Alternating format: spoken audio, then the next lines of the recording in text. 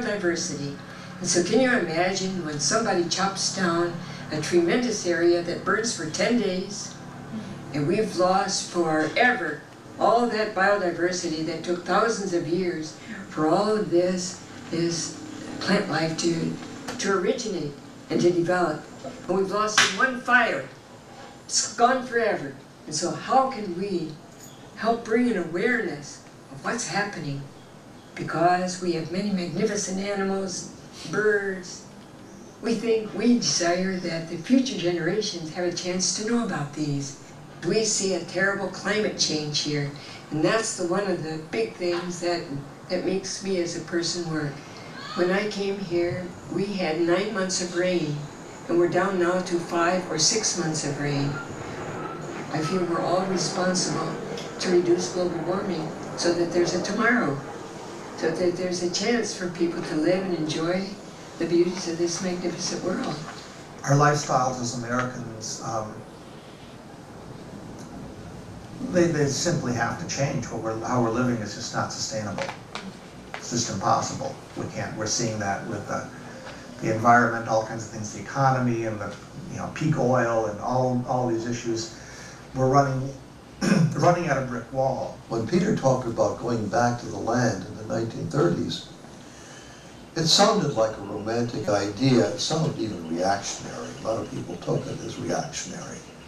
It wasn't practicable. It didn't make any sense given the real needs of the world as they were perceived at that time in the 30s. And came the 40s and the 50s and the 60s, and nothing much changed in that regard. But then little by little we became aware that the earth is under siege. The biosphere is under siege. It's not just pollution, it's global warming, it's the rising seas, it's the lack of arable land, it's time that we took Peter Morin's idea and put it into the 21st century. It makes a lot more sense than people thought. It's a very urgent concern now.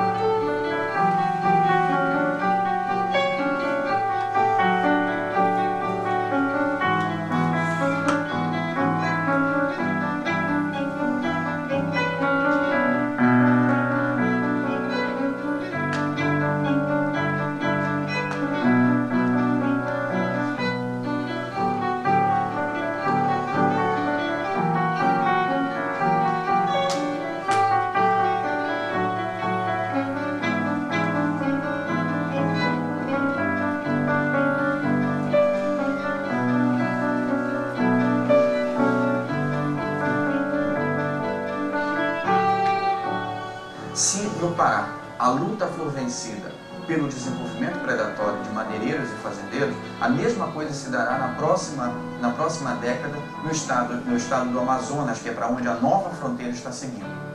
Se a luta que se ganhar for a do socioambientalismo, a dos movimentos sociais, que querem desenvolvimento, sim, mas exploração racional dos recursos da floresta, que não vem monocultura nenhuma como desenvolvimento, e sim a exploração de todas essas culturas, como fazem os ribeirinhos há centenas de anos, é esse modelo que vai ser transportado na próxima década para o estado do Amazonas. Então o Pará é apenas a porta de entrada da Amazônia. O que está em jogo aqui é saber quem vai vencer essa luta, e aquele que vencer terá a Amazônia toda como prêmio. Mas minha grande preocupação é o povo aqui do PDS Virola Jatubá, onde houve morte no dia 30 de maio. E o povo vive muito assombrado, porque eles vivem dia e noite sem saber se eles vão atacar outra vez. Vieram 2 vezes encapuçados, e o povo tem mulher, criança.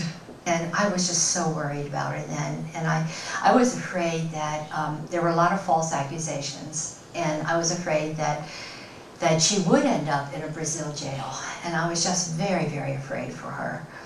And I said, Dorothy, are you sure you should go back? And I'll never forget, she was just standing there, her sandals, her culottes, her t-shirt, and her big smile. And she said, I have to go back. She said, these are my people. The last time that I talked to her on the phone, which was February 2nd, 2005, was the first time I had heard her down, sad, because she was primarily a very happy person. And she was very upset because she had asked the police for protection for the people in Esperanza, and they would not give it. And the day she went to Esperanza, on the 11th, she called her brother David, and she told him that she was calling him to tell him to pray for her because she was going to go to Esperanza and she was nervous about it. So was she afraid? Yeah, I think she was. I think we'd all be afraid if we knew we were on a death list. Did that stop her? No. Raifran, por que você mandou? Por que, Raifran, você mandou? A sociedade que eu vi da sua boca, se foi você que matou a Dorothy, a mando de quem? Quem mandou? Vou falar para vocês.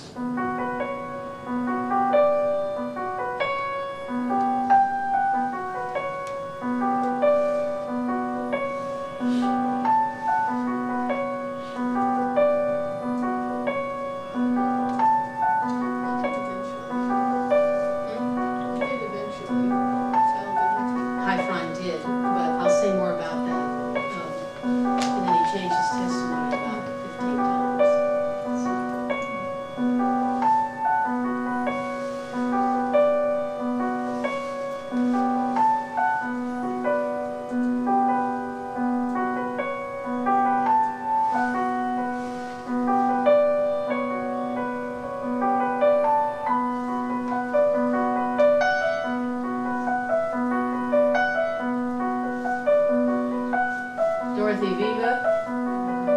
Okay, listen, this is, they're taking her casket now.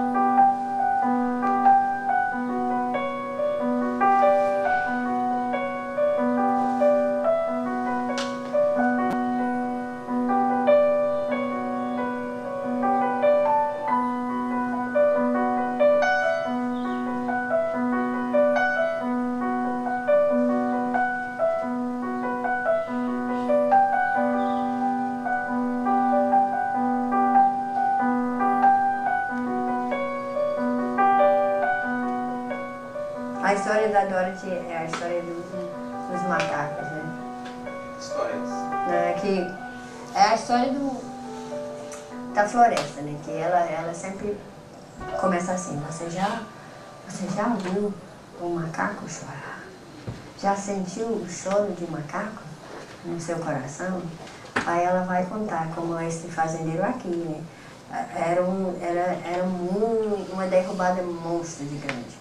Aí ele foi derrubando e deixou uma área no meio de floresta. E os animais todos foram para lá.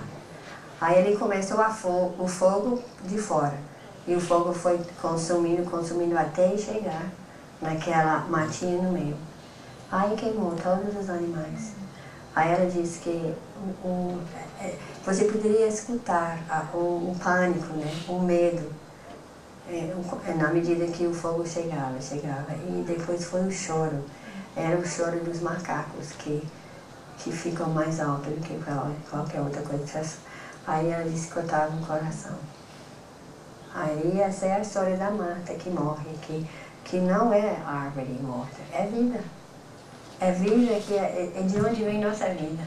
Nossa vida é intimamente ligada com a vida da Marta, com a terra, com o chão. If America could stop buying furniture that's from areas of the world where deforestation is happening, obviously that in itself would greatly decrease the amount of deforestation, and then in hand maybe partly decrease the amount of slavery and the rest that goes on. And I think again, this is why Dorothy Day was more of an anarchist. Like she She knows that things aren't going to change unless people decide to make the hard changes that might actually involve sacrifice. Everybody can, in a very democratic way, can share in these world's gifts. If they've been invented, why should only a few share in them? Why can't more people share in the marvelous creativity that has come to our planet? Our people live very simply and happily without having so many things. So we have to learn to have the necessary things of life and not ask ourselves, what do we want, but what do I need? For both Dorothy Stang and Dorothy Day, the cause is people, and the love of people. And both of them